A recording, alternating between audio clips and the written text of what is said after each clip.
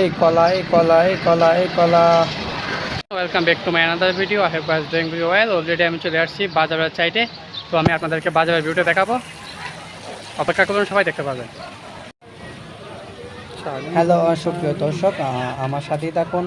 দেখতে পারবেন ঢাকা শহরের যে বাজারগুলো কীভাবে বসে।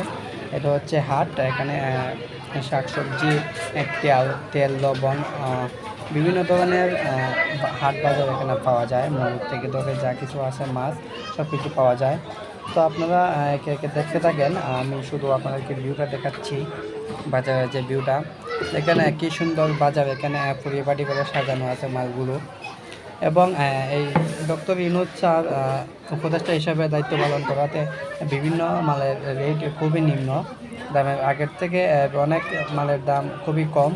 তো কাস্টমার এবং দোকানের যে মালিকরা আছে তাদের চাহিদা অনুযায়ী তারা রেট পাচ্ছেন এবং ক্রেতারাও মাল কিনতে আগ্রহী এবং তারা স্বল্প মূল্যে ভালো মাল, বেশি মাল ক্রয় করতে পারতেছেন।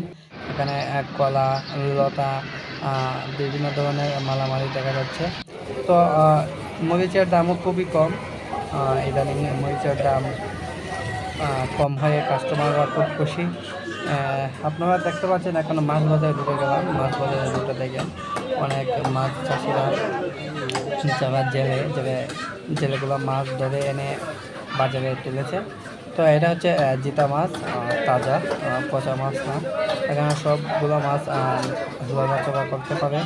আপনারা দেখতে পাচ্ছেন, আমার সাথেই থাকুন এবং দেখেন বিভিন্ন ধরনের মাছ এখানে আছে। এটা হচ্ছে মাগুর মাছ। মাগুর মাছ অনেক বড় বড় মাছ।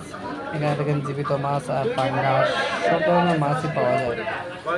তো জীবিত, বিশেষ করে যারা জীবিত মাছ নিতে চান তারা অবশ্যই এই বাজারে চলে আসবেন। এটা হচ্ছে মার্কেট, হাঁসুলিয়া, সাভার, ঢাকা।